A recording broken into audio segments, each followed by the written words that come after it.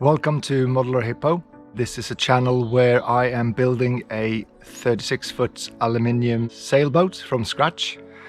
And in this new playlist, I will go through all the electrical components that I want to put on my forever boat, as I call it, my forever adventure boat. So I will go through all the components, and as I do so, put them into an illustration that will kind of show you the different fuses and cable sizes that I'm using, and also the actual configuration of that component itself. I will divide it into certain parts, and this first part I will start with is the backup electricity setup, which will be run by 2 suitcase generators and then a battery charger and then 2 𝐵𝐵𝐿𝐵𝐷𝐻 battery boxes.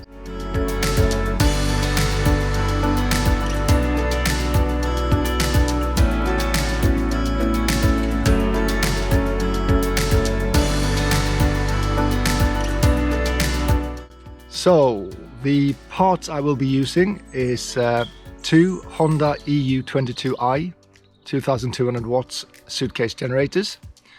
With that I will also get an additional propane conversion kit, and that will allow me to run the generators on propane and petrol. So my choice is propane. The Honda EU21i parallel cable will be needed as well, because I will link 2 generators together to double the output. I will also get 1 EG5 𝐃𝐨𝐧'𝐭 GC, which is a 48 volt 100 amp battery charger, and it protects from dirty power, guards against poor quality SIN waves from lower budget generators, and it protects inverter from power quality issues. And it's also adjustable charge current and voltage. So you can customize charge current from 1 to 100 amp and the voltage from 43 to 57 volt DC. So it comes as default at 54 volt DC for optimized charging, but if your battery pack takes a slightly different volt DC, you can then adjust within that range.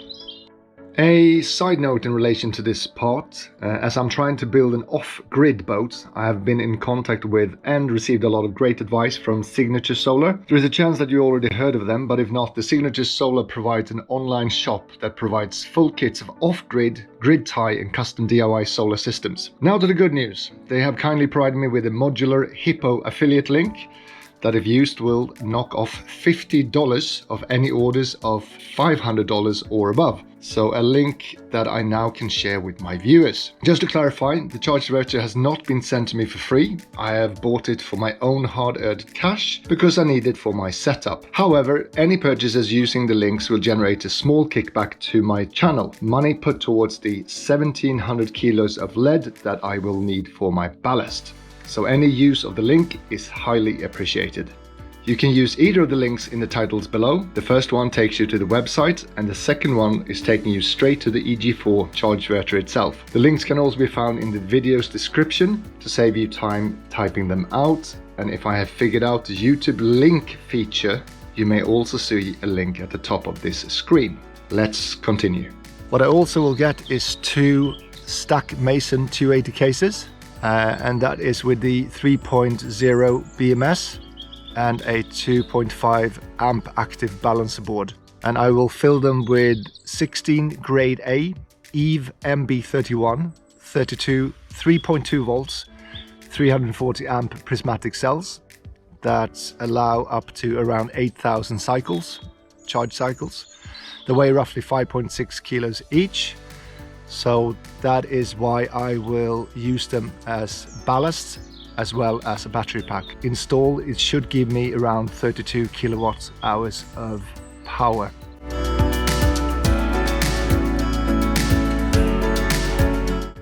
So the first objective that I have is to build a primary battery pack, and that is 2 batteries that will sit under floor level on the boat itself. And I will have to work out issues such as ventilations. Will the batteries be too cold or overheating? Will I need to have some kind of heating element in there or some kind of a fan? I need to move all the battery box controls and connection points, the LCD, reset buttons, active balancer button and CAN bus, etc. to the main switchboard. I need to look at safety features in case of fire.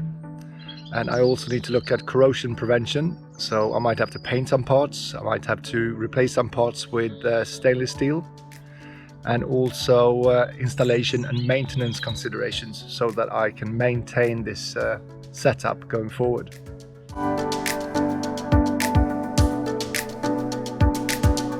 Another objective is to create the generator backup system. So when I create the boxes for the generator backups, I need to also convert the generators to run on propane.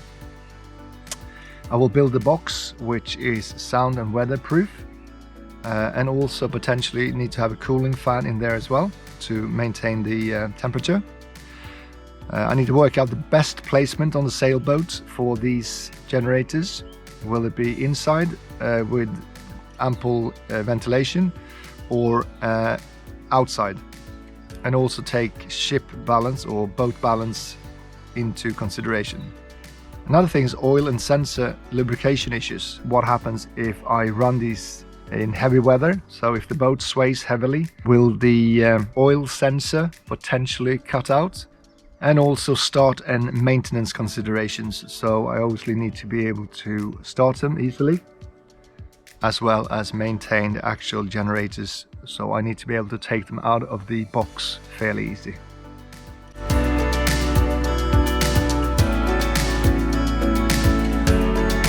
So my two Seplos Mason 280 DIY kits have arrived from China, with another small box, which I'm not sure what it is. It's probably cables and screws and nuts, etc. So let's start with unboxing this one, see what's inside. So let's see what we have here in the box.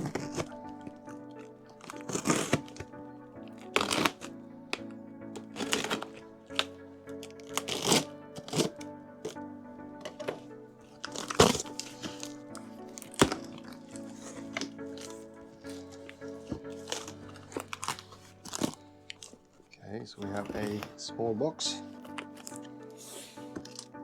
and some packing paper,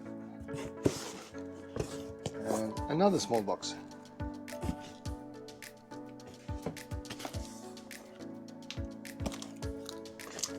So I guess that it will be one for each of the battery kits, and it's probably going to be nuts, screws, bolts.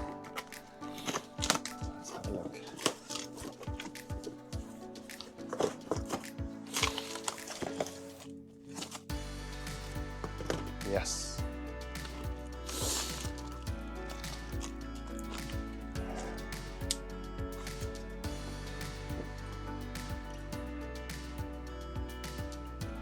It looks neat and tidy, and as expected, it's a lot of bolts and nuts, more nuts.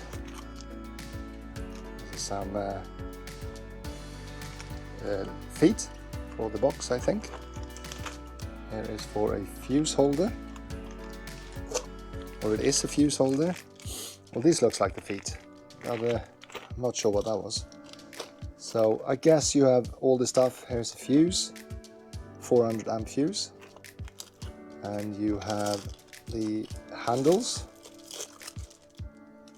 and you have some I think they're called shunts, etc. So I'm not going to unpack this because I have a feeling it's going to be hard to get it all back into the box again, but it's definitely seems to be all the hardware for the actual boxes themselves. So for now, let's leave that as it is. Let's see what we have in the big box.